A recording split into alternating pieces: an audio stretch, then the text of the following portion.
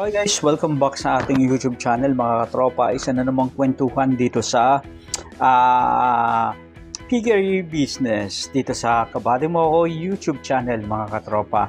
So ngayong araw na to tatalakayin natin sunod-sunod na yung mga tinalakay natin tungkol sa iba't ibang aspeto ng negosyo ng pagbababoyan.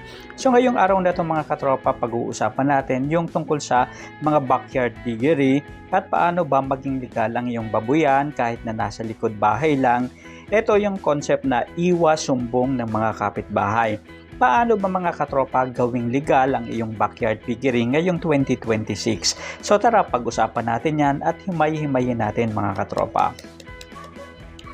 Okay, so kabady, mga katropa natin, may pangarap ka bang magtayo ng backyard piggery sa likod ng iyong bahay?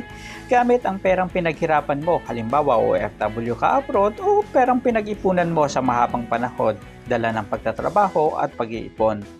Pero may tanong, paano kung bukas makalawa ireklamo ka ng kapitbahay mo dahil sa amoy ng baboy at bigla kang ipasara ng munisipyo?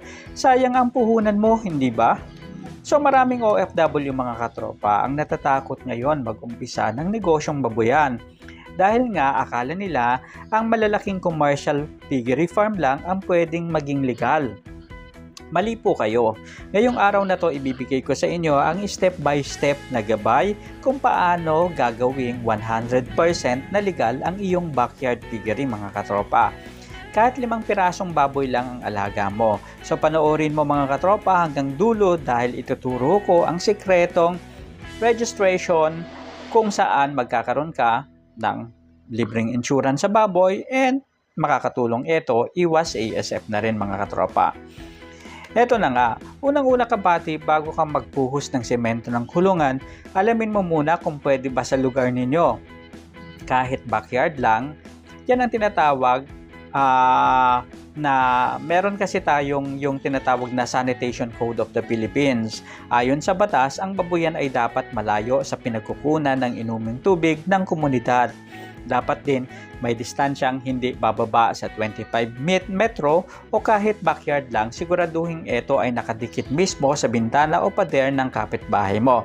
Dapat mga katropa, etong backyard piggery mo, hindi dapat nakadikit dun sa bintana ng kapitbahay mo kasi talagang super magrereklamo yan mga katropa, lalong-lalo na dun sa komunidad na halos dikit-dikit na ang kabahayan.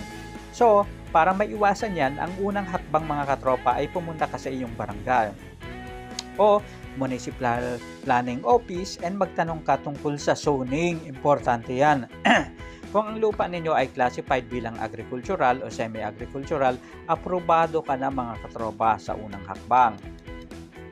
And pangalawa naman, kailangan mo mga katropa ng barangay business clearance. Ito ang pinaka-critical para sa mga backyard hog raiser. Bakit? Dahil dito malalaman kung may tutol ba sa negosyo mo o wala.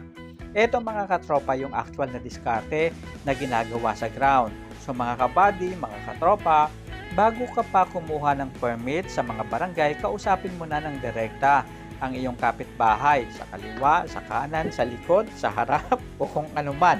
Basta yung nakapalibot doon sa lupa mo.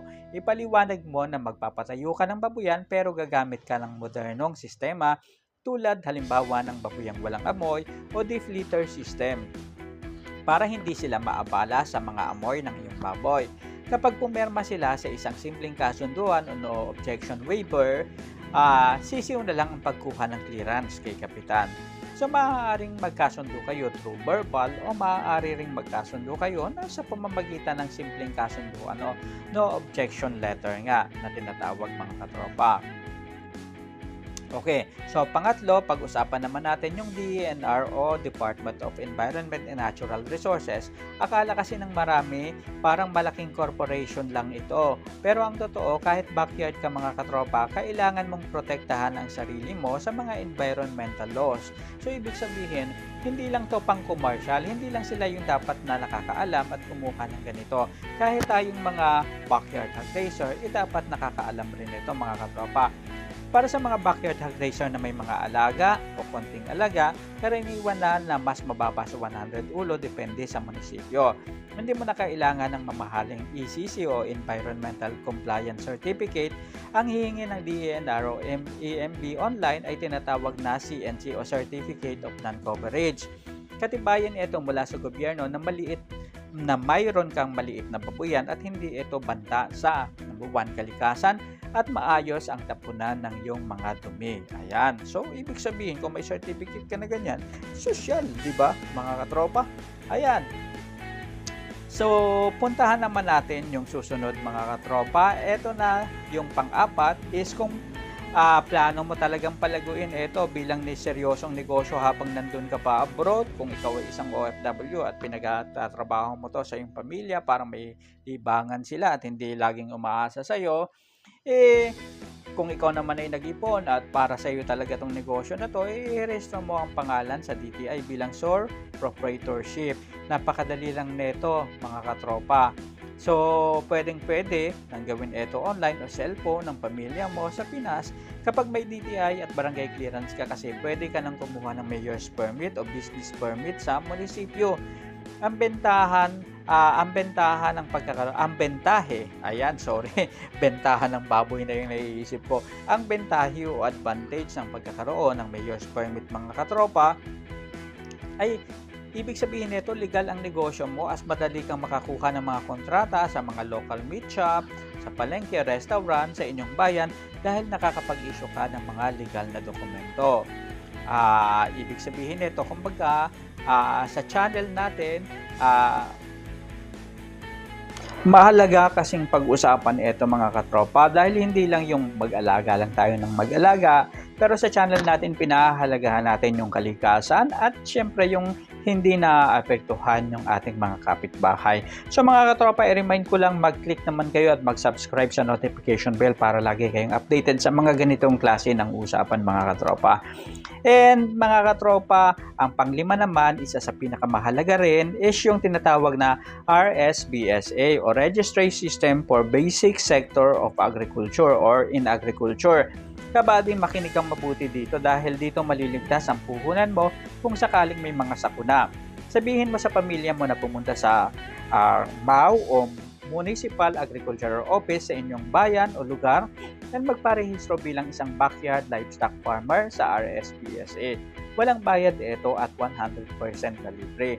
And take note, yung mga nagtatrabaho natin sa Department of Agriculture, talagang magandang kausap yan, mga masigasig, and talagang willing sila na magbigay ng information, mga katropa. So bakit ito napakahalaga, mga katropa?